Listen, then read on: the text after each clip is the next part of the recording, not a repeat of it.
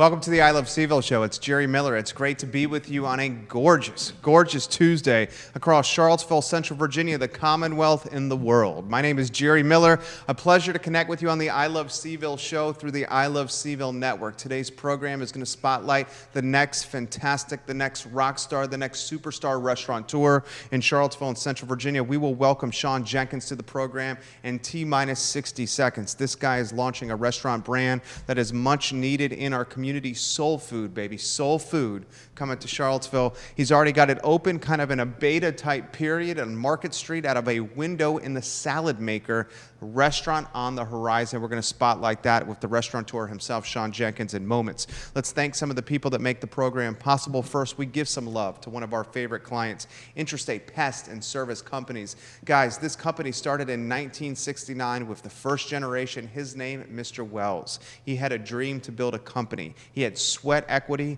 the willingness to work hard, and his personal truck. In 1969, he would go to his first customer, service them successfully, then find the closest payphone and say, "May I go to your home right now from the payphone?" Ladies and gentlemen, Interstate Pest and Service Companies is now a 4-generation strong family business, almost 100 employees in a Commonwealth-wide footprint, celebrating its 50-year anniversary of success in Virginia. I love stories like that. I also love stories like Scott Wagner of Scott Wagner Chiropractic and Sports Medicine. Scott Wagner is changing people's lives. Chiropractic care, sports medicine, physical therapy. Dr. Wagner has your back. Who's got your back? Scott Wagner's got your back. Judah Wickhauer is directing the show. Judah, I think what we need to do here is we welcome the star of the program, Shaun Jenkins, to the set. Let's go to the studio camera. And let's say hello to the man, the myth, the legend, Shaun Jenkins. Hello, Shaun. How are you? Doing good. Thank you. Thank you for a great introduction. It's a pleasure. It's a pleasure to connect with you. I'm excited to spotlight your brand. You got it on your shirt there. Yes. I'm hearing amazing things. He's brought 4 trays of food that we're going to try on the show. It smells so damn good. I can't wait to eat. Of course, it's fresh. It's so fresh, made moments ago. I still feel the heat, baby. Before we go to the food, before we go to the business, how about Shaun Jenkins, the man? Who are you, the person? Well, the person, me, is a family man, number one. Okay. Had 3 children and a great lady at home. Been together for 19, going on 20 years. Good for you. Yes. We're not married, but everything with us and about us is perfect. I love it. So after the family comes the business and trying to support the family. What is the secret to 19 years of being a couple with one lady, one man? That's no easy task. It is no easy task. I guess the secret is just finding the right one from the beginning. Okay. And sticking with that person and just working through your crinkles and everything and just working it out and just pushing through it. How about the love story? Tell us how you met. Man. Did Shaun Jenkins charm her? Of course I'm a charmer. Always has been and still is. That's why she keeps me in check. So I met her in high school when I moved to Virginia 19 years ago. Okay. And so from high school to now, we're still together. We have 3 kids now, a 10-year-old, 1.5, and a 5-month. Met her being a knucklehead in school, get put out of class a little bit, and walking down the hall and introduced myself. She spoke back, and from that point, since she was the first one that ever spoke back, I just knew she was the one. So, why'd you know she was the one? What was it about her? Well, simply because it's some type of prayer that you make to God that you're not supposed to ask for something specific. Like if you wanted Jordans, you don't ask for the all-white Jordans with the red bottoms. Okay. You can ask for Jordans. And what I asked for was specific. I said I wanted a girl this size, this weight, this hair length, her eye color, and a few days later, she was walking down the hallway. I love that. There it is. Now I have to be stuck with what I asked for, and I love it. I love it. Now, how would she describe the love story? That's Shaun Jenkins' version. How would she describe it? She can't wait till I step my hustle game up. Therefore, we all can relax, and that's why I'm so eager to get things done and do things the right way. I love it. How about fatherhood? Fatherhood is wonderful. It's mainly the one thing that keeps me extremely motivated. Looking into my kids' eyes, seeing them every day, not having what I was raised off of. It's just trying to provide them with something different. Give them a different image from what I've seen when I grew up, and that just motivates me. So childhood was tough? To some extent, but there was still a lot of love. Okay. I would say the toughest part about my childhood was the area I grew up in, which was Camden, New Jersey. Okay, tell me about Camden. Camden, New Jersey is the way I explain it. It's back in the day, I guess, a black hole. Okay. And if you don't push yourself out of it and stay away from it, it'll suck you back in. Okay. But if you're going to be there, then be successful and make of who you want to become. What makes it so tough? The atmosphere, the violence, and the I guess the lack of opportunities, I believe. Okay. I still go back there, and I can't wait to get back to Virginia. Do you really? Yes. Do you have family there? Yeah, my entire family is in New Jersey. Dang. Now, that's not necessarily still stuck in Camden, but a lot of them are in New Jersey. Okay. I was raised by my grandmother. Okay. All right. And once she passed, I had moved to Charlottesville not too shortly before that happened. So other than my other family I have there, I don't go back there much often to see my brother and my nieces and nephews and my aunts and uncles. So you felt compelled to move? Well, I was kind of young, and I wouldn't say I had an emotion for that word at that time. But I did move because my mother was sick. Okay. And because she did get sick is why I was convinced to move here. Okay. Do you feel like you had to grow up faster than most? Extremely fast. Tell me about that. Man, I got my first apartment when I was 17 years old. Shut the front I've door. been living on my own since then. Really? Yes. So when I moved here, I had a really good friend named Anthony Scott. Okay. His mother took us in once we wasn't doing so good at home. We didn't have a place to live. And within maybe 3 or 4 weeks of us being here, he said, "You guys can move in my basement." Me and my brother. We were thinking like, no one does this. His mom said, "Yeah, you guys can crash here." So she actually took us in. We worked for her. She fed us until I was able to stabilize myself and find my own place to live. And at the age of 17, I purchased my first apartment in U Heights. It was against the rules, but they let me in. I was just a couple months away from my birthday. They were chasing the cheddar. They were chasing the cheddar. Yeah? Yeah, of course. So when you're 17 years old, getting your own place, what kind of life were you living there? Were you chasing the ladies? I wasn't. Yeah? At 17, I was with Shannon. Okay. That's your lady, your better half? That's my lady. Okay. And we were maybe a year or so into our relationship. Okay. And you're living together? No, we're not living together yet. Okay. She's up in Jersey still? She's here. I met her in Charlottesville. Okay, gotcha. And then, so actually, when we moved together is when she went to college. She went there for 2 years at Radford. Okay. Decided she wanted to go to VCU so we could be closer. Okay. Instead of her paying tuition to stay on campus, her parents said, "Hey, it's cool if y'all move in together." So we've been living together since we were 18 years old. Wow. 18, 19 years old. So her parents were huge Shaun Jenkins fans from the beginning? I think so. Yeah? I would say yes. Of course, yes. Of course, yes. What was it like leaving Jersey to U Heights? I know where University Heights is. Yes. Being 17 years old on your own. I mean, any fear, vulnerability? Not fear and vulnerability because at that very moment, I knew I had to make a change in my life as far as me moving forward. The agreement was with me living with my friends and his mother that we would all go try to get our first apartment together, being though we were all 17. And it just didn't work out at the pace that I was expecting. I was working at the Sleeping Hotel, brand new hotel and restaurant, brand new hotel in Charlottesville. That I helped open up. I was there from day one. Which hotel was that? Sleeping in Suites on 5th Street, next to the Burger King. I know that one. Yep. Dennis Wells and Mary Pat were the owners. Okay. All right. So after that, I pretty much saved enough money to where I needed my own place. And behind my friend's back, I went and got a space I was approved for, and I said to them one night, I said, "Hey, let's go for a ride. I want to show y'all something." And we rode over to New Heights, and I was like, "That's my new apartment." They were like looking at each other, "Oh, no, we're supposed to do this together," but we're still really good friends, Okay. And that was just the push and ambition I had from the beginning. And I still have that drive. That's why I became an entrepreneur. Where's that drive and ambition from? I would say from my grandmother. Okay. My brother, Timothy Jenkins. Okay. He was, so to say, my active father in my life. Okay. How much older is he than you? 6, 7 years. Okay, so there's I'm an getting age older gap. now. There's an age gap. Okay. And growing up in my grandma's house, he was like the discipliner. Okay. He made us stay in push-up stands when we act up. He didn't beat our butt. He was a great football star in New Jersey, and then he decided to become an English teacher. Okay. Now he's running his own high school in Camden, New Jersey. Nice. Yes. So a great influence there. What was it like to be disciplined by your older brother? It was great, actually, because I'd rather have been him than the guys at my church. Touche. Yes. The guys at our church took a little bit harder on us, but still, we were born and raised in the church atmosphere. But my brother at home was our active father.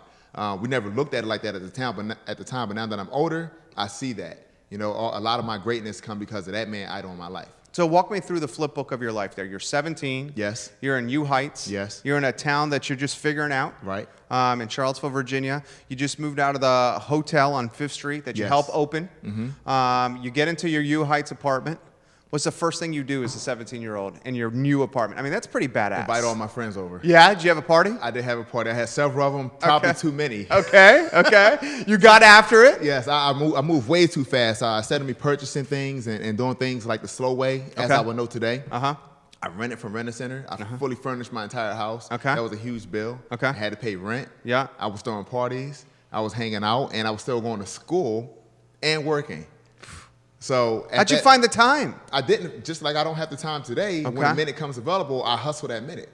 That's all there's to it. So you have to take any available minute and hustle it off. So around my kids and my family, when I have that couple minutes to take care of something, I step out and get it done. So talk to a lot of people jumping on the feed. Jay Hyder, I'm going to give you some props here. Okay. He says, love you, bro. Congratulations. Nice. Greg Srills, proud of you, bro. Rico Hearns giving you some props right now. Sean, my guy. Okay. Kyle Irvin, Sean, your Instagram wall has been making my mouth water for months. Kyle. I'm itching to feed my soul and my mouth with a lunchbox here soon. Give it a like, give it a share on any of the Facebook pages you're watching. Kevin Higgins, this is the type of person we need in office. He's got some serious life skill sets. 17 years old, University Heights. You're racking up some debt from the Rent-A-Center. Yes. You're having some parties, surrounding yourself from people that probably want to live the life and want to party at a place that's not theirs. Yes. Not necessarily people that have your best interests. That's right.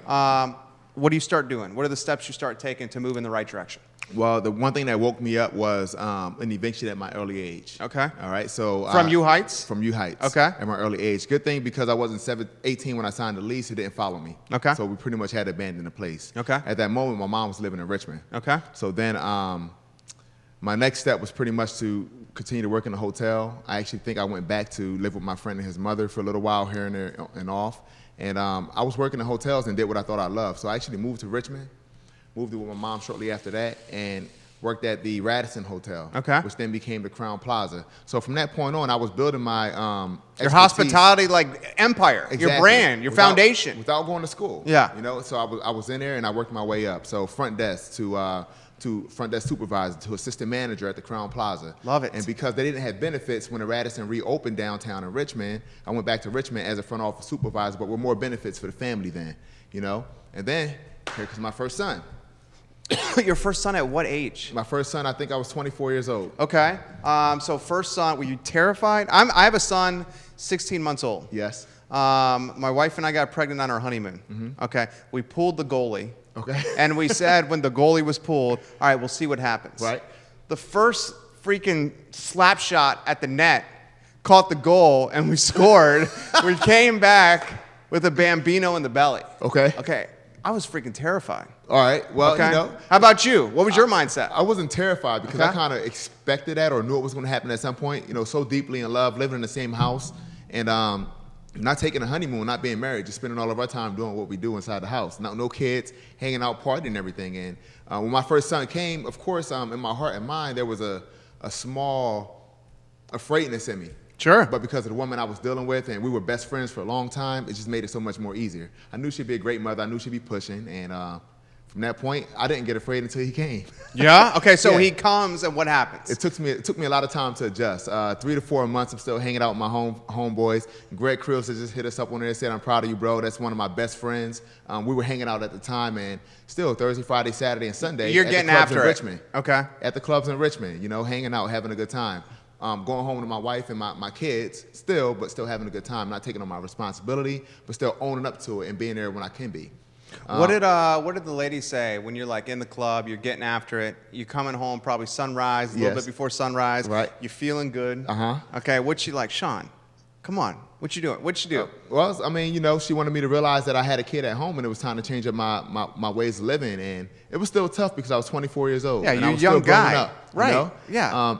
But one thing we should all know is the only that thing I was doing at 24 years old Yeah. was chasing girls, partying, Yeah. getting after it, and closing down the bars. So I totally can relate to what you're saying. Okay. I worked my ass off and I played even harder. Yes. So I totally can relate to that mindset. Okay.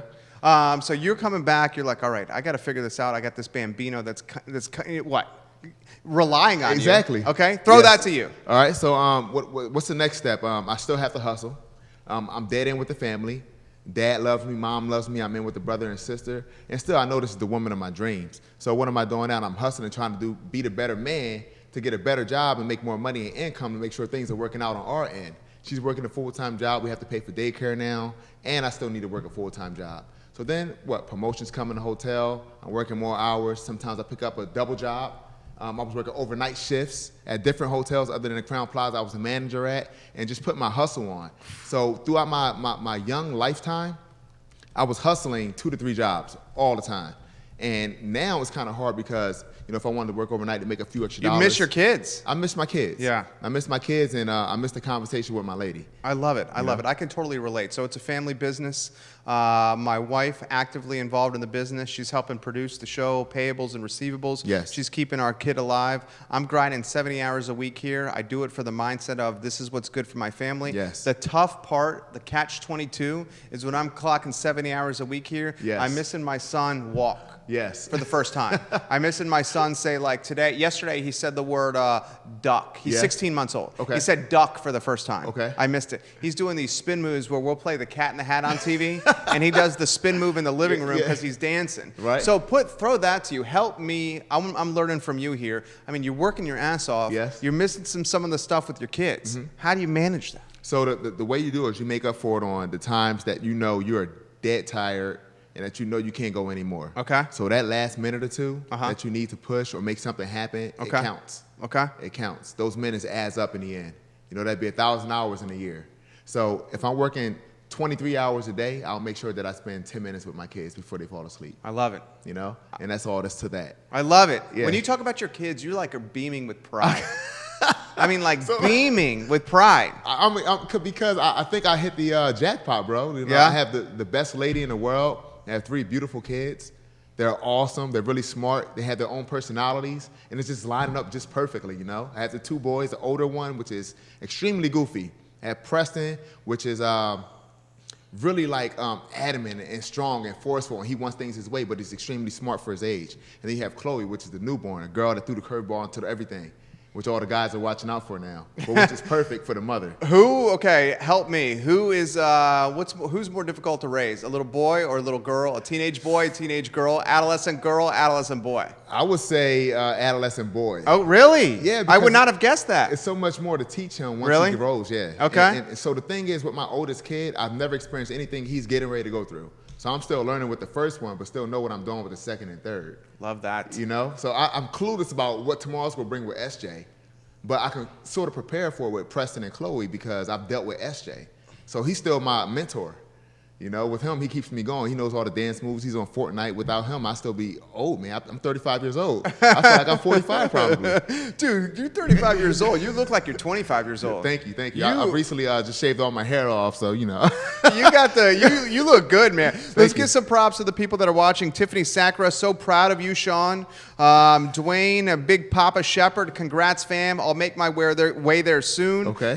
Give it a like, give it a share on any of the feeds that you're watching. Nice. Aaron King, thank you for setting this up. Yolanda Giles, Justin Parks, Brandon Dudley, Stephen Davis, Kelsey Gillian, Greg, who I've mentioned already, is watching. Give it a like, give it a share. Tim Cotton, I love this guy. Literally just put that right now. Brittany says this. Brittany says, I needed to hear that. Thank you, Shaun. Hustle that minute. That's from Brittany Cass Stevens. Give it a like, give it a share on any of the streams you're watching. How about the hotel hospitality piece? Yes. You clearly love people. Yes. You clearly love human connection, right, and interacting with people. You have a God-given ability that is as soon as you walked in, dude, no bullshit, you had this presence. Yeah. This positive energy. I'm sure you've heard this from other people too. Yeah. Talk to us about the hospitality industry, the hotel industry in totality, what you love about it, what you don't love about it as well. So in my training, so I think I'm so good at what I'm doing now and dealing with people because I've had so many angry or mean people, throw things at me or say upset things. In the hospitality industry, you don't know who's coming your way. You know what they dealt with, who they're dealing with, or what is getting ready to happen once they arrive. So me building myself and my patience for people really started in the hotels. I've had keys thrown at me. I've had cuss words thrown at me. I've had rooms I had to clean up between nasty people, situations I had to fix when managers weren't around. So just having that, just understanding that no one knows anyone and know what they're going through means that you should always start your day off with that person at 100%. Not judging them from the beginning. And no matter what they say to you first. Let me give you an example. This past weekend at the Soul Food Joint window, he was one of our third customers. He was our third customer. What time of the night? Because you're open late night. We are open late nights on Fridays and Saturdays from 3 a.m. So was this a Friday or Saturday? This was a Friday because this past weekend we had a special event at our space that I couldn't open a restaurant for. Okay, so was this particular gentleman a little sauced up? He was drunk. Okay, he was hammered. Okay. He didn't look appealing. He didn't look like he had money. He just looked like he was one of the homeless guys. and smelt good food and wanted to come to the window and yell in there and say what he wanted, he didn't know what he wanted. All he said was, I don't know what the hell it is. I just want that shit I smell out here. And I said, how you doing, sir? I said, what can I get for you? I said, we have fried chicken, we have baby back ribs, we have pulled pork. Which one would you like? He said, I don't know what the hell I smell, but I just want that shit I smell out here. I said, I'm gonna give you some fried chicken and you get 2 sides with it and some sweet cornbread. And then it turns out, he said, how much that'll be? I thought in my head, I'm so glad I told him, I treated him like a normal person. Because I would have treated him like a drunk person off the street, it would probably got out to somebody else. He had a couple other friends come up and join him that wasn't as drunk, that was still going to hang out. So he was just a normal person trying to have a good time and get some good food. And they paid? He paid. Okay. He paid $10 plus tax for like $10.62. He paid, and we made that business profit and that transaction with that guy. And I felt so good because I've been trained not to judge people from the beginning. And if it was like a really nice restaurant or atmosphere and he walked in the door as a drunk customer like that, he wouldn't have got service. You know? I love everything about what you just said. Exactly. You know, I love everything. I feel like in 2019, and it's probably a byproduct of smartphones, people are often like, it's like the Instagram or the Snapchat filter effect. Yes. People are like judging books by their cover. They size them up in a matter of seconds. Do they look the part? And if they don't look the part, they disregard them or kick them to the curb. You did not do that there. Not at all. Not at all. And I like to say that I've never done that before. Now, in my younger days, I might have judged people. And I still do judge people, but it doesn't matter what you think about people, it matters about how you react on it. You can think all you want in your head, but still, you need to treat everyone with respect at that very moment. I love this interview. You can be cussing them out in the head like, I don't like you, motherfucker. But at the same time, you're like, how can I help you today, sir? Yeah. You know, it matters. It matters. That patience is hard to find in food and beverage and hospitality. It is. I mean, from someone that knows where it all leads to at the end, you might as well just take care of them now and just make everybody happy. You know? You are a breath of fresh air. Give it a like, give it a share on any of the streams that you're watching. This guy deserves the attention. Give it a like, give it a share. Let's give some props to the people that are watching. Derek Rush, what up, Jenk? What up, baby? What up, D-Rush? Give it a like, give it a share. Tim Cotton is absolutely loving what he's seeing. Christopher Eagle, welcome to the program. Sharon Gentry Robinson is still watching right now. We have folks watching on Long Island and New Jersey, in Northern Virginia, in Richmond, in Charlotte, in D.C., outside Chicago, across Charlottesville and Central Virginia on the I Love CVille Show. Let me throw this question to you. Shaun Jenkins, the entrepreneur. Yes. How does that start? So that starts... what was the first entrepreneurial gig you ever had? Kid, anytime. Man. Above board, not above board, anything at all. Well, my first pop-up experience was my son. All right? And I would say anybody that has a kid is an entrepreneur. Yes. That's I love that. That's a business all in one. Amen. So the things that you don't learn leading up to that moment, even if it happens by mistake or on purpose, learn from it and then build on it. So everything that you have run around behind your kids for, all the stress you're putting out, all the time you're putting out, it should only just build energy and motivation for you to know that you can do that somewhere else. Well said. You know, you get pissed off working at other jobs for people telling you what to do, even more when you have a kid at home to go to that you just had. So you start to think, what can I do to do better? And my first thing was to grow up and do better in hotels and hospitality. And then I learned that what I gained from wanting to be a hospitality monster is what I call myself is I'm just a hospitality monster from the beginning. You know, Sharon Gentry Robinson says, I love the food, I love the customer service. People are asking where the location is. We're going to blow this location up, baby. You know it, baby. We'll get to this location in a matter of moments. Show's on fire right now. Yes. Shaun, so you're like, the first entrepreneurial journey you had was when your son pops out of your wife's belly. Yes. How did you handle that entrepreneurial journey? I knew that I had to find a means to support that right away. Because right then and there, I was in debt. I know the feeling. That was the first entrepreneur standby or point that I had in my head. And from that point, I just knew that I had to step my game up. Although it took 4 months for time to sink in, and still today, I'll be honest, if I meet someone today and they want to meet up and do things, it still takes me 4 to 5 months to execute that because I have so much back stuff I have to clear up my mind as well. So I can make commitments, but still, my commitments happen later down the line, but then they're always secure.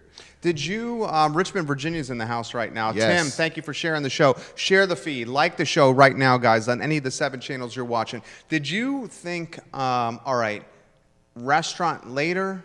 You first started catering. Yes. Okay. Why catering before restaurant? Why not restaurant first? So my dream has never been to open a restaurant. Really? Yeah, my passion has never been to open a restaurant. My passion has always been to be the front of the house guy and make beautiful, long-lasting events happen. Okay. And make it memorable for what it's worth. You would crush it at that. You do crush it at that. Yes. Yeah. That's what I can honestly say I was really good at, is the front of the house guy and being good at hospitality, taking care of folks. But also, like, doing that, I was working for peanuts is what I like to say. I was the guy meeting the clients. I was the guy building their contracts. I was the guy figuring out what they liked and loved, and also figuring out what friends of mine and people that I knew that wanted to work to staff those events. And then I was still getting paid by the hourly, you know, and it was working for peanuts for me. And one smart guy did tell me that what you're doing, you need to make a business out of it. And I didn't really take it seriously. I just kept on working and working. And once I separated from that entity, then I realized I really need to go ahead and follow what he said, because that's what I'm really good at. So in the very beginning, it was no passion for a restaurant. To be honest with you, I didn't think about a restaurant until maybe a year and a half ago. Really? When I joined the CIC, we have the CIC watching right now. Got the CIC in the house, yes.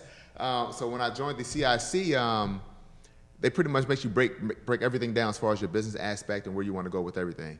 And at that moment, I knew that I didn't want to open a restaurant, because the overhead costs and getting a brick and mortar and open a restaurant is extremely expensive. Something I didn't have the means to grind for at that moment with 2 kids. All right, so what I did was, my biggest investment is my relationship with people. All right, so I'm really good, and I try to take care of the people that I deal with on a regular basis. Therefore, if anything ever comes up in the cracks, I have 1,000 people to ask to answer for, or to go to. You know, so my relationship with people keeps us afloat. You a God-fearing man? Yes, I am. Okay. More so, my wife-fearing man. Okay. You know? Must be God, huh? Oh my God, that was hilarious. I'm a wife-fearing man as well. Oh my God. You gotta keep it, man. Oh man, how does your wife motivate you? That was a great freaking line right there. She motivates me because simply, like, you know, being a grown man and having your family and that one person that you can vent to and that one person that you can talk to and go to for anything is, you pretty much have to fear losing that. And without having that fear, then you lose all respect. And once you lose all respect, you have nothing going on except for kids, you know? And if you have just kids, then there's no respect between the two of you. So it's crazy, man, you know? That was deep, dude. It is. When did you get that mindset? From her. Yeah? Yeah. From the beginning? From the very beginning. Really? Yes. How is she so deep? She's not deep. She's just one of practical? The most caring. It's sort of unexpected with her, and it's unpredictable. So with Shannon, she naturally loves everything, and if you show her the love, it easily comes back. So when I fall off a little bit and she say, hey, like, you're not taking care of home first, everything else does better once I change the flip up. So if I find a gig that I have to really focus on, like this wedding for the 17th of this month, if I really have to focus hard for it and I'm not spending time at home and I'm really putting 100% into the wedding, she say, hey, like, you're stressing out because you're not spending time at home. And what that really does for me is it calms me down and gives me a time to sit down as well with the family. So if I'm spending time at home, it relaxes me and prepares me for the next thing. You're getting some props from Caleb Nelson. Yes. Biggest investment is my relationship with people. Solid stuff. Shaun Jenkins. Yes. Tiffany, says you're crushing it right now. Randall Daniels, I see you, Shaun. Tim Cotton, people are my greatest investment. I love that. Elliot Harding, welcome to the program. 2 Charlottesville City Councilors watching the show right now. We're live on 7 channels across the I Love CVille network. Blow it up. Give it a like. Give it a share on any of the channels you're watching. You get into the restaurant business, you get into hospitality, you get into catering. These are tough hours. They are. Night times, weekends, yes. Holidays. Sometimes overnight. Talk to us about the mindset of going into opening a restaurant. So honestly, the way the restaurant came about is I needed a catering space for the business because of wedding and event planning and cocktail parties started to blow up for a bit. And with me paying so much money to rent a space per event that called me a couple days in advance and have to work that out which space I'm gonna go cook from or prepare from, it became a hassle, and it cost us a lot of money over 2018. So when we looked at the records through CIC, it was like, you spent this much money. And how much was it in 18 in rent? For renting out kitchens, I would say somewhere between $7,000 to $8,000. Okay, that's a nice chunk of money. That's renting kitchens that I have nothing to do with. Right. Just renting and getting my stuff and disappearing. Right. Well, that could have been profit. Yeah. You know, so at the same time, I went to Jackie. Jackie is the owner at the salad maker. At the salad maker, yeah. Also the owner of Tin Whistle. Yeah. Excellent lady, wonderful lady. I called her on the phone. I knew that Tin Whistle was for sale, and I was looking to get that restaurant for catering kitchen. And to support that, to pay the rent, I was going to open up a restaurant. Okay. But keep it as a Tin Whistle because Tin Whistle already makes his own money. It's a great Irish pub. Yeah. So other than that, when she mentions, hey, I have this other building on the street called a Salad Maker. I said, that's your building too? She said, yeah. I said, can we check it out? She said, yes. Went to check it out. Rent was cheaper, better atmosphere. She's a great partner. She agreed for me to start doing my pop-up restaurant idea right out of there. I wanted it as a catering kitchen, but we needed to come up with a concept in case that wasn't successful for me to pay the rent. So then I sat down and we said, hey, like, what if we start selling your catering food out of the window here, things, your top items that people love? And then we came up with soul food joint after I thought about it for a month or two. Soul food joint. Why is it a soul food joint? Because we sell soul food and it's a joint that you can come to. I love it. So when you ask your homeboys about, hey, where'd you get that soul food from? They'll be like, yo, that soul food joint downtown. That's the actual name of the restaurant. I love it. You know, and it's sort of a crossbreed between what you would call a food truck and a restaurant. Yeah. Because it's not full service on the inside. Sure. There isn't halfway service on the outside, but you can get full service from coming to the window or inside and dispose of your own food. So. Well, and why I also love it is because you're a smart businessman. You realize late night, especially on the weekends, there's a lack of cuisine. Yes, there and is. And there's a demand of customers wanting food because they're leaving the watering holes, they're leaving the bars. Yep. They want to put some food in their belly because they're Yep. feeling right or they want to keep drinking. That's right. And you're filling that demand. You're Yes. meeting that demand. Talk to us about that. So that demand is high.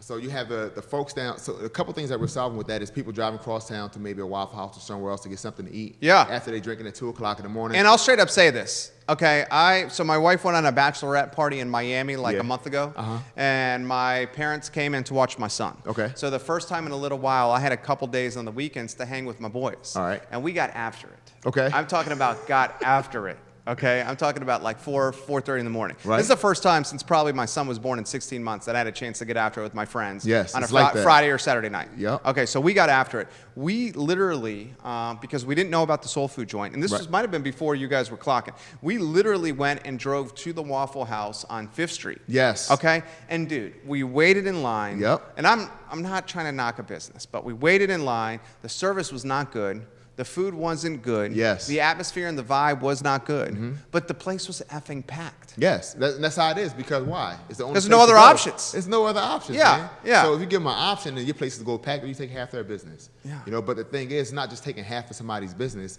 You're giving them what they really want. Yes. You know, speedy food. Yes. Great food and good service. It's simple. I And love the thing it. is, it's like 5 footsteps away. Right you from can't where beat they're that. at. You can't beat that. We're in the back end of Rapture. Yeah. You can't beat that. You go to the club, any club on the downtown mall, we're right there to feed you soon as you Dude, get and out. I got to give you some props because a lot of people would have gone balls to the wall and would have gone with like a 3,000 square foot spot. Yeah. But you were like, nah. Yeah. Let's open small and build. Talk to Yep. me about that mindset. So open a small bill. So we created the window right there. Okay. So being able to supply food to people that's been drinking at nighttime and know that people can have a different mindset once they've been drinking, we don't open the doors. But we do have good food right there at the expediting window. You can hang out there on the porch if you want to, or sit out on the outdoor patio. But at the same time we want to feed you before you hop in your car and drive. You know, we want to take care of you before you go across town and get food that may make you sick overnight, or that you have to wait for an hour inside a line and be surrounded by police officers because they think everybody's coming there is a bad habit.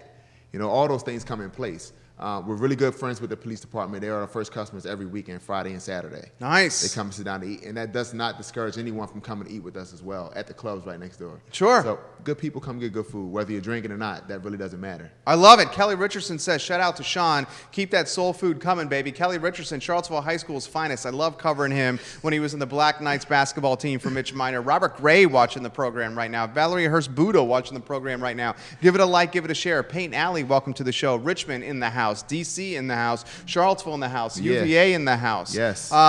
So talk to me about the menu. Yes. Rolling out the menu, what was your mindset? What was the strategy? So we have a extremely small menu Okay. that's in a high demand for what the cuisine that we have to serve. What do you got? Basically, fried chicken, Love baby fried back ribs, Okay. and pulled pork. Okay. The baby back ribs are extremely unique because my mother's what do you call it? Award-winning contest for a sauce in the University of Richmond. Wow. She went against 50 different chefs. Okay. Won #1 prize. She brought that to our Dinnertainment Club pop-up dinners. People loved it. Therefore, it was one of our first items we put on our menu. The sauce is what makes it unique. All right. Also, the cooking time on it. All right. So it's at least 3 to 4 hours cooking time on our ribs. I'm not gonna tell you Wow. how we do it, but there's at least 3 to 4 cooking times on it. Okay. All right, so the sauce makes it unique. With the pulled pork, there's 9 hours of cooking time into the pulled pork. With the sauce that we toss that in and the seasonings, that's what make that unique. But the fried chicken is banging. You can't get over Is it. that the #1 seller? That is the #1 seller. So he's got, Judah, let's go over here. We're not going to open them quite yet. He brought 4 freaking trays of soul food joint for us to eat, and we're going to eat this on the show. Judah over there is like licking his chops right now. I can't wait to dig into fried chicken. Yes. Where's some of the fried chicken you like in town? We got good fried chicken in We do Charlottesville. have good fried chicken competition. Yeah, But what at do the- you like? What are the competition you got out there? Browns, So Wayside, Browns GoCo? is the shit. all Yeah, right? Browns is good. I love Browns. Family-owned GoCo, business. GoCo, yes. Yeah. I love them. They're awesome. Yeah. Right? When you go to GoCo banging. Yeah. It's off the hook. Yeah. All right. So, but I don't eat dark meat. I Okay. like white meat. So Okay. the chicken nuggets is really what kills me every time. But they don't sell chicken nuggets anymore. Why? I don't know. I have no idea. But they Because got they're the harder to livers. make, do you think? I think because you're cutting up the breast. If they're getting their chicken raw, cutting it up like we do, fresh, then it's going to cost a lot of money to cut those breasts up into nuggets if you're not setting your price point right. Got That's it. what I would see. Okay. But it could be also being lazy. Who knows? If you got a whole piece A-cut chicken and you got wings and gizzards and everything else, they're probably like, well, who needs chicken nuggets if you got chicken tenders? You know? Do you see who is your main competition? Is anybody else doing a soul food joint type of concept? And what is the future of the business and the brand? So there is a lot of competition as far as soul food in the area, especially 2 other restaurants that just opened. But when it comes to what we do overall and how we do it, I honestly don't think there's any competition. Okay, I love the confidence. We're full service. It took us a long time to accumulate it, but we own all of our own equipment for wedding and event planning, up to 200 people, 5-course seated meals. Nice. We put a lot vertical integration right there. I love it. Integration. We put a lot of money into our equipment and purchasing to make sure that our clients are extremely happy.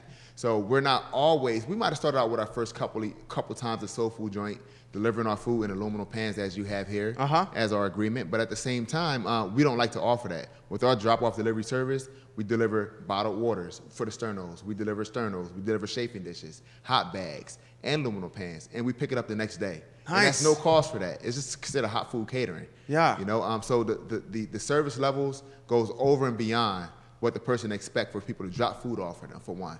A lot of folks want to know when this is going to be a full-service restaurant. They're itching to get in line. That's a good question. What are your thoughts on that? So right now we're sort of under the works of, I just recently spoke with the contractor, with the landlord and Charlie Jackie. K-Bash. Yes, Charlie K. I know Charlie well. Awesome guy. Met Yeah. with him about a week ago. We chopped it up, him and I and Jackie. Talked about our business concepts and ideas. He has sort of agreed to go ahead and get us the full kitchen inside of the restaurant. Nice. It won't take place till later on next month or so, but I'm dealing with some money issues and us gathering a couple things right now. So as soon as that takes place, I would say by no later than early September, we'll be open up for full time. Ray Cadell says, I'm sure I missed this location, brick and mortar, just catering, lunch. Ray, he's on Market Street right now out of a window at the Salad Maker. It sounds like very soon could expand within the Salad Maker location, turn that into the soul food joint. Lunch. Lunch is a question we're getting from a lot of people. Throw lunch to you. So we are currently open up for lunch hours on Wednesdays only. Okay. All right. So that's why our menu is so extremely small. Because if we open up 7 days or 6 days or 5 days a week with that same small menu, people get tired of it. Yeah. Of course. So we will expand our lunch hours once we get the full kitchen built in there. That way we're protected against our service standards and everything that we have to do to run an official restaurant. Talk to me about operations. You probably want to interact with all the customers. Yes. And you have an incredible, you're just an awesome dude. Yes. Your personality is sparkling. It's refreshing. It's just dude, you got a effing presence to you. Yes, Okay. thank you. Talk to us about operations. How do you interact with the people and maintain quality control? So my main objective is always trying to put into my employees. I have a couple of them or a few of them at the moment, exactly how I act. Now, one thing I learned is they can't be me. And they can't be just like me. You can't scale yourself. Exactly. Yeah. But they can watch me and sort of try to feed off me and do what I do. Okay. But at the moment, my main objective is to put employees in place and put money in other people's pockets. Okay. Because if you don't like to eat at soul food restaurants where the owner or other people that have something to do with it like to come talk to you, then our place probably wouldn't be the best. Because we want to answer all your questions. We want to be there to be present for you. If there's a mistake that happened, we want the owner and the managers there to make sure that we can fix it for you. I love it. So I don't want on the back end a manager running the restaurant for me. They can run it for me, but I always want to be there to take care of my customers. What's the 1, 3, and 5 year goals? 1, 3, and 5 year goals. So right now, I'm just trying to make a beautiful brand with an atmosphere that everyone can come to and enjoy soul food, cocktail parties, and the entertainment club. And within 3 to 5 years, to be honest with you, I don't want it to take that long, but as soon as this goes well, I want to expand, maybe do the soul food joint in different areas. Just within 5 years, I hope to have at least 3 open. Dude, I'm going to banner back and forth. So you walked into an advertising agency. This is what we do is we help companies expand. Yes. I see a soul food joint downtown. Yes. I see a soul food joint, say like in the Hollymead, Forest Lakes area. Yes. I see a soul food joint easily in like the Pantops area. Right. I could see a soul food joint because of the late night piece in the UVA corner area. Yes. I could see a soul food joint on 29. Yes. And when you get into those locations, I still feel like you can manage it because it's within the market. Right. And then at that point, when you have 4 locations within market, you have proof of concept. And when you have proof of concept or proof of performance, an acronym for proof of performance is POP, POP, then you could potentially take some private equity and some outside money and be like, look, I got 4 to 5 in Charlottesville. They're each in the black. They're each making money. They're each running well. I want to scale this to, say, Richmond, to, say, D.C. We helped Andy McClure do this with Citizen Burger Bar. Yeah. I watched the Meatball Shop in New York City scale with this exact model here. I mean, is this kind of what you're thinking? This is kind of what I'm thinking because if you have locations like ours, and locations like next to locations like Cookout, where all the college kids go at late night. They're open damn near 24 hours. And their food is not nearly as good as yours. No way. Yeah. So now the thing is you could come get a food from us at 3 o'clock in the morning, but your chicken is still cut and dropped fresh. We don't take no side cuts. We don't take any games. If you go to somewhere else, it's prepackaged, it's processed. I'm not complaining or bragging on anyone, but at the same time, it's just you get fresh food from us even at late at night.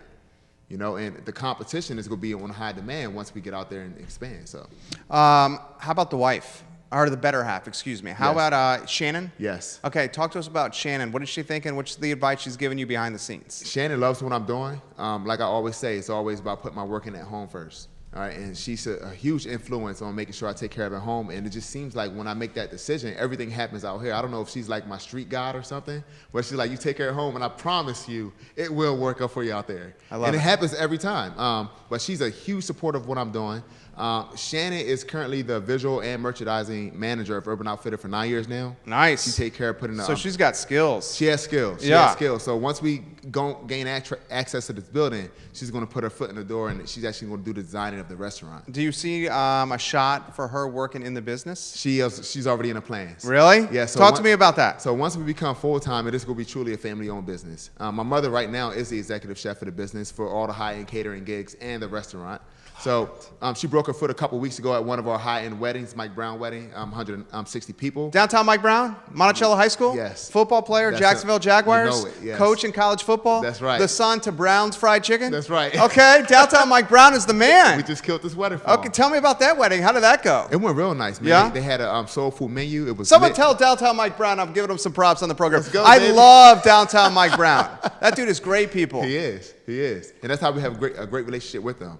And of course, I wouldn't have known them beforehand if I didn't go in and enjoy their fried chicken as well. Yeah. Yeah. So what's the advice they giving? Because they've done it at 2 locations. I believe they used to be in Esmont, Brown's Fried Chicken, and now they're in Avon. Right? They're on Avon. Avon is jumping. Yeah, Avon it's is hopping. still jumping. They're expanding. They're adding like gas tanks, automated. That place is popping. And their gas tanks is throwbacks. Yeah, well, they just took them out. They did? Yeah, and now it's going to be like the new age gas tanks. What I love about that spot, right? What is it, $20 in gas and you get a free piece of chicken? Exactly. Yeah, I love that spot. Talk to us about what the advice they gave you. I'm sure they gave you some perspective. They did. They said pretty much Mr. Brown is an awesome guy, and his wife is as well. Once they saw me at the wedding, they kind of put 2 and 2 together. I said, hey, I come to your shop, and I'm sort of a humble person. Yeah. I'll go eat at your restaurant 1,000 times and not tell them who you are. With anything I have going on, you know, right. But build that relationship with them, and then when they find it, they're like, it's you. Right? So they say, hey, keep on pushing. They said, we've been running this for a long time. We've been doing what we do. We love what you did for our son and for their wedding. But at the same time, you just have to stay in the game. You know, Mr. Brown, he's like, I love what you do. We love your food. His wife said, hey, stop by anytime. Let us know if it's anything that you need. Love it. So the building relationships, like I go back to the beginning, my building relationships with people is what keep me afloat. Do you think, I freaking love everything about this interview here. Well, you're a leader, man. What if someone comes to you, I'm talking like a young buck comes to you, and 17-year-old Shaun Jenkins. Yes. Just moved to U Heights from New Jersey in Charlottesville. Right. And you said you're 35? Yes. And it's talking to 35-year-old Shaun Jenkins. Okay. What is 35-year-old Shaun Jenkins saying to 17-year-old Shaun Jenkins? Man, it's a lot. So right now, I would have started pretty much keeping my credit straight. So if 35-year-old Shaun Jenkins was talking to 17-year-old Shaun Jenkins, I would either do everything right from getting that first apartment to not getting it at all. Okay. All right, because making mistakes at that young of an age messes up a lot of things for you if you don't have any guidance. And that's what I didn't have for a while. So I was using my credit as I please, buying things as I please, partying as I please. So right now, the same thing that I tell my 10-year-old son is invest in something, invest in yourself. Pretty much. You have to set your own worth and your own profit and what you're worth to everybody. Do you ever think about things like, now that I have a son, I start thinking about things like legacy. And you know, how am I going to be remembered? Right. How's my son going to look at me? Yes. You know, you ever think about that stuff? I think about it, but I sort of take that approach in a different way. Okay, tell me. My approach is to have my son set his own legacy and speak up for himself at the age he is now. Okay. Because I simply know I'm not going to be around forever. Okay. So with what I'm doing and what I'm building isn't necessarily to put my son into my shoes once I'm gone. Okay. It's to show him that my drive and ambition made something happen to take care of him and his younger brother, sister, and his mother. You know, so at the same time, I really try to embed in my son to just do whatever it is you want. You know, party as much as you want, but do it responsibly. You know, be goofy as you want to. Don't let anyone try to force you to read that textbook if it really doesn't matter at this moment. You know, if you know what line you want to follow in life, don't take the route that someone else is trying to give you. Yes. You know, and I say things like them, it causes a little problems between me and my wife sometimes. Because she says, for instance, one of my most famous lines to him is, those textbooks are outdated. And she said, you shouldn't tell him that. But I say, babe, but it's true. Because it is true. So what he really outdated how? Outdated by they're still teaching them the same things that they taught us, that we eventually found out that isn't true. You know, but it's not about what they're teaching them, it's about how they're teaching them and not giving them the option to go other routes with learning what they want. What kind of route should they be going? For instance, if you ask me, I think what kids should be learning in school up to his age group isn't reading those textbooks or learning their ABCs or alphabet and the things that they're teaching them. I think they should be learning about nature and one-on-one contact and talking to people and using their brain how to outsmart other people and taking care of taxes and writing out business plans and finding investors. By the time they become our age, they'd be experts at it if that's what they were taught. Because the small things come to them naturally. Reading, math, all that, it comes to them. Eventually, it comes to them.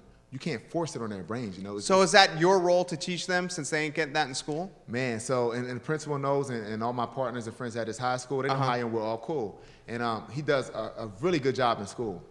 He studies, he's pushed, he's talked to, he's forced to do things. And I tell him, hey, but when it's time to come home, it's family time. I know there's such thing as homework, but the first thing he has to do is vent and forget about everything that you guys have been forcing on his brain all day, because now it's time to live a life. You know, you have to live your life to be able to want to do that. So you can teach somebody something, but then you have to give them the opportunity to either want to learn it or go further with it.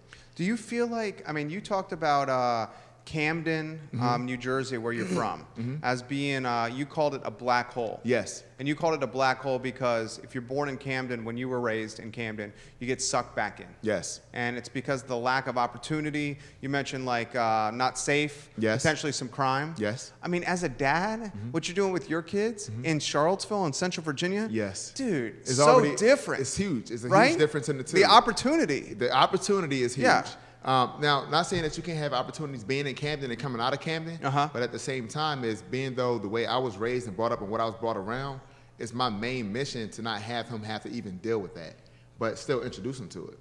You know, he has to know there's no such thing as the better side without knowing the worse side. Do you tell him where Dad came from? He knows where I came from. He's been there a couple of times. Yeah, and you break it down for him, like break it down for him? Man, the kids nowadays have so much access to They internet, already know. I don't have to really break it down. He Really? knows. Yeah. He can see the difference in driving into where I'm from and then driving back here. And what's he say?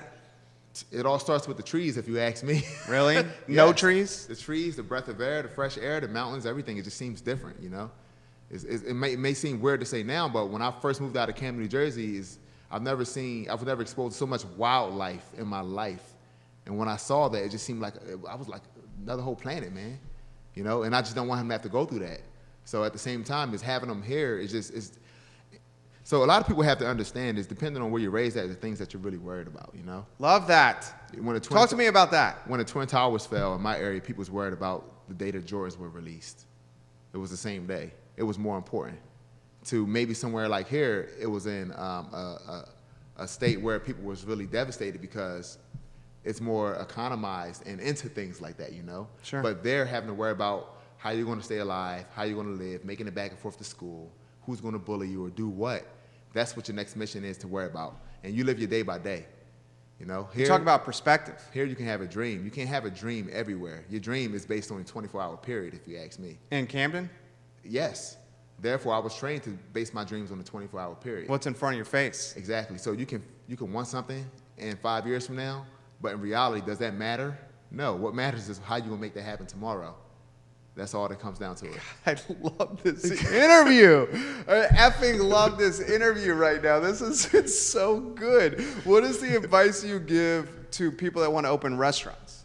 Man, that's no easy task, dude. It's no easy task. Yeah. And being though I haven't opened a full-service restaurant right now, I already know that what it's going to take for me to do that, it's going to take a lot more than what I have to offer. So at that moment, when you decide to open up a restaurant, you have to be willing to you have to be willing not to put anything on the back burner that you're already dealing with. The time that you need to make to open that restaurant has to be solely all your free or personal time you got. You know, so if you got kids, you have family, you have other obligations, you need to take care of those. And after that happens, you need to take that extra minute or two to make that restaurant work. Because it hurts to do that, but at the same time, you got to make it happen. You know, every minute counts. So my lady says to me all the time, it's like, why do you like going to working at 12 o'clock at night, 2, 3, 4 o'clock in the morning? And it's simply because everybody else is asleep. And we've been programmed to sleep that time of night, not to make money. But it's money to be made 24/7, because when we're asleep, somebody's awake in another country, you know? This is amazing. Tim Cotton says, this is rockin'. Thanks for bringing him on the show, Jerry. My absolute pleasure, Tim. Shaun Jenkins is carrying this show, baby. I'm Scottie Pippen. He's Michael Jordan. Laura Fonner's watching this program right now. She's the executive chef and soon-to-be owner at Dooner's. She's loving what she's hearing right now. A lot of chefs watching right now. Gregory Lewis is watching from Maya. Yes. I just effing love everything about you, man. Thanks. Charlottesville, Virginia. A lot of people, I bet you got this, and you've already filled 55 minutes. Yeah. It's felt like 5 minutes. It has, really. Really? I mean, can go it's another hour if flowing you ask by. me. It's flowing by. Honestly, I'm the most bashful guy you'll probably ever meet. Well, you're not right now. I could talk to you in the streets and talk to you about my business, but when you put me in front of like groups and people, I break down. But that's one other thing CIC had me work on as far as me being a business owner and entrepreneur. Stephen Davis, the president of CIC, is watching right now. That's my man right there. Community Investment Collaborative. Yes. Talk to me about the CIC. I was doing what I loved since 2014, May 1st, which is also my grandmother's birthday, who menu inspires our soul food restaurant. May 1st, we opened up 2014, 2017, January, I started running a business. That was after I graduated CIC. So I was doing what I loved for about 3.5 years, and once I graduated them, I was running the business. I knew how to do a cash flow. I knew my back end. I knew how to pay employees, how to keep up with taxes, how to pretty much overall run a business. And learning from them, we blew up since that year. We blew up. Our first year after graduating CIC, I think we saw $47,000 in sales through our cash flow. And within our third month into the following year, we was at $47,000 in sales, right? And that's this year that we're in now, 2019. So being with CIC and having exposure in their back end, I have mentors through them. I'm always in their office like it's my own. I treat their home like mine, and they don't care. When I fuck up, they pull me in, they help me fix it. When I'm doing good, they pat me on my back. When they need help, they call me for help. I don't go a glimpse of my business without keeping them guys involved, because they've always put me number one when I ask them for help. Community Investment Collaborative. You're huge. watching right now? Huge. That right there is a highlight clip for the CIC right there. You should be cutting that highlight clip right there. Let me throw this to you here. When you went from Camden, New Jersey to Charlottesville, Virginia, where people are like, you going to the deep south, dude? Yes. You're not going to be welcome there, dude? Yes. Were people telling you that? They wasn't, because I was so young. Okay. And I kind of disappeared on a mission where I wanted to help my mother out because she was sick at that moment. Got it. So when I left, a lot of my friends and family didn't know. All right. But at the same time, when I visited, they were telling me how country I was and like, where are you now, and things like that, because quickly my access changed, and quickly how I spoke to people changed, and how I looked at people changed, just because it offered something different here than I was used to there. You know, people looking at you when you walk down the street, speaking to you was weird to me. You know, it's sort of like normally in Camden, you would go about your day and bypass unless you knew them, you keep it moving. But here, everybody's saying hi, so you think they want something or that you're doing something wrong. Then you had to quickly adjust to it and let the people are nice in different places. You know, you can get things in different areas. So it's all depends on where you are, man. Dude, this is one of the best interviews we've ever done. We have 4 trays of food that we're going to open on this program right here. Before we get to these 4 trays of food, Shaun, tell everyone the who, what, when, where, why of your business. How they can find out, how they can support you, how they can get this food. Okay. So we have a soul food catering company, and it's called Soul Food Joint. You can find us at soulfoodjoint.com. You can also find us on Instagram at Soul Food Joint CVille, and on Facebook at Soul Food Joint. We also have a wedding event planning and catering business, which is SJ's Events and Staffing. Our website is sjsevents.co, not com, but just .co. That'll soon change, and we'll post that once it happens. So if you need to find us, we're at 300 East Market Street. We're co-mingling with the salad maker right now. Jackie's my partner, and we're working a few kinks and notches out to where we can get open a full-time situation to serve y'all better. So Facebook, Soul Food Joint, or SJ's Events and Staffing. You can also follow me personally on Instagram at Shaun.Jenkins.events on Instagram. I love it. Gary Albert, welcome to the show. The State Farm Agent. Lauren Marier, welcome to the program. Hodges Myers. Dude, we're going to open some food. Hodges Myers, welcome to the program. All right, I'm going to open this one right here. Okay. I see some fried chicken, baby. Fried chicken wingettes. So this is the best seller. That is the best seller. Okay. Now today, what I brought for y'all in a short notice situation are fried chicken wingettes, which we have on our late night menu. Hey, I like wingettes. All right, and but if you come to the restaurant during full service open hours, we bust our chicken down whole, fresh from 8-piece. You're gonna have to carry the show because I'm gonna start eating right now. All right, go ahead and start eating, bro. Damn, dude. It's banging, bro. Yeah. It's banging. Banging. So it's from scratch, and the flour is my mom's ingredient. I don't want to say exactly what's in it, but it's sort of like a marinade. We don't dip our fried chicken inside of eggs and batter it up extra crispy. Pretty much we put it in the flour, put it in the grease. What it makes is what it makes. Dude, and that's I what love you get. the batter. Nice. It's got like salt. It's got good flavor. Yes. It stays on the palate. Yes. Keep talking to me about this, man. All right. So if you come on a Wednesday or during a weekday, you get our whole cut 8 chicken. The best thing about our restaurant is we don't use processed stuff, and we don't use anything that isn't fresh. The day of our opening for service, we make our coleslaw fresh. We cut our collard greens right off the stem. We boil them for about 2 to 3 hours before we open. Good. Thank you. I know you're going to enjoy that, but you got 2 pans to enjoy. So I know. I got to get hold on. I keep talking. You want to keep eating. Kevin Higgins says you need your own show on the Food Network. A word? Yeah. Might have to get my mom in on that one to help out, man. Dude, that would be a great show. I'd watch it. I'll smile while she chef it up. You got to go to the next pan over here. I love everything that's happening right now. All right, I'm opening this pan. What do we? Nice. So we got sweet cornbread there. So the thing about our cornbread, and of course you can look at it and tell, it's never perfect. It doesn't look like it's Go to the one shot, Judah. Look at this, the cornbread right here. And it's not ready to be packaged, and we do bake it off in an aluminum pan. I'm going to dig in with my hands. Is that rude? Okay. Yes. All right. Talk to me about the cornbread. The cornbread is extremely delicious. It is traditional, and it's called sweet cornbread. We infuse a few ingredients in there that we put in a lot of our sweet products. And on late night, it's the best thing you can have after you've been consuming anything that's not sweet or salty. Well, and it's absorber, Extremely so you absorber. can have some more drinks afterwards. Yes, and at late night, try putting some of that barbecue pulled pork over top of the cornbread. Oh my! Is there some in there? There isn't no pulled pork in there. Okay, I was gonna say you teasing me. I didn't have 9 hours to cook it. I didn't have 9 hours to cook it. This is banging, dude. Nice. It's really sweet. I like the finish. Nice. All right, going number 3 here. Gary Albert says, real food. I love what I'm seeing right now. What do we got? The wingettes? The same wingettes you got. I just gave y'all extra. Oh, thank you. Yep. Right here, Soul Food Joint, and we're going with the slaw? Yes, coleslaw. Okay, talk to me about the coleslaw. Coleslaw just has 3 ingredients in it, and we don't put red cabbage as well. We just put regular carrots and I'm just gonna cabbage. I'm just gonna dig in. Dig in. It's yours, bro. I'm gonna dig in right here. In South Africa, that's what they do anyway. I'm gonna dig in. This is what they do in South Africa? Yes. Okay, all right, here we go. Oh my God. Banging. Yes, sir. Oh my God. Talk to me about the food in general. I mean, it's so fresh. Yes, it's fresh. So we do everything from scratch, and then so maybe 45 minutes before I got here, I started frying your chicken off. Our regular menu is extremely small, but it only has our signature items on them. But our cater menu is totally lit. It's huge. It's almost anything that you can find in the soul food nature that we can make for you. Only thing we don't advertise on the regular, like chitlins and pig feet and things, they carry such a smell with them. If someone wants to order in a 24-hour period, we can take care of it. But we like to know that kind of stuff in advance. But we really don't want to cook it all the time, but we can, you know? This food is so effing good. So effing good. Soul food joint. All the people that are watching right now, when can they get this again? So actually, we're open every single day of the week, full service catering. We do full service catering drop-offs every day of the week.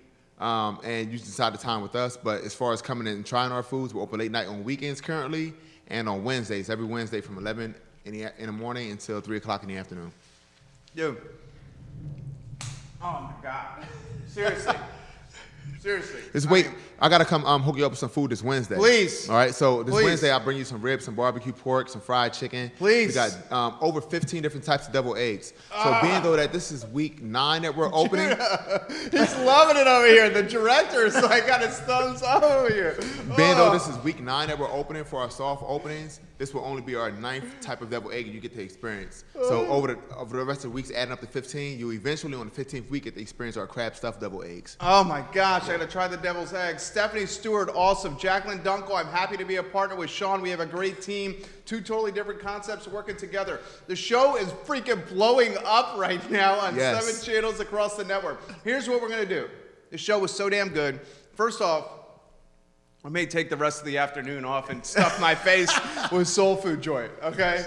Second off, what we're gonna do is we're gonna take this show and we're gonna archive it on ilovecville.com, the entire show on ilovecville.com. We're gonna take the audio from the show and we're gonna turn it into an iTunes podcast so you can bust out your smartphone, put your earbuds in, stream it to your car, and listen to Shaun Jenkins and his fabulous freaking journey as a man, as an entrepreneur, as a father, as a better half. Dude, you effing crushed it today. Thank you, bro. Thank you.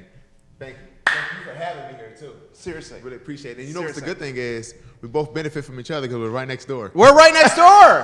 We are right next door. Dude, this dude is like 300 yards down the road from me. I can get there in like hop, skip, and a jump. Christopher Eagle, 15 types of devil's eggs. I will be there tomorrow. Yes. Literally says, I will be there tomorrow, Shaun. Yes, there we go.